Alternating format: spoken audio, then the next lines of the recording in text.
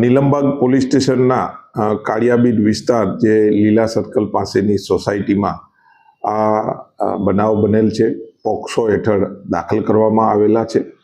તેની હકીકત એવી છે કે જે ભોગ બનનાર જે છે આશરે 5.5 વર્ષના છે અને તેના માતા પિતા જે છે એ નોકરી કરતા હતા અને જે તેના પાડોશી જે છે એ હસમુખભાઈ કરીને જે છે તેણે આ લોકોનો વિશ્વાસ સંપાદન કરી અને આ નાની દીકરી હતી તેને અવારનવાર પોતાના ઘરે આવવા જવા માટે તથા સ્કૂલેથી તેડવાની જે છે વિશ્વાસમાં કેળવી અને સ્કૂલેથી લાવતા મૂકી જતા તે રીતનું કામગીરી કરતા હતા.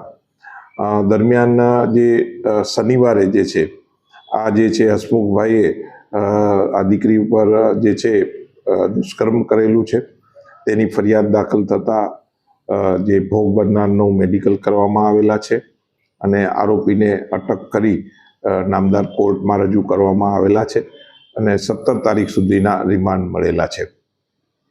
Thank you.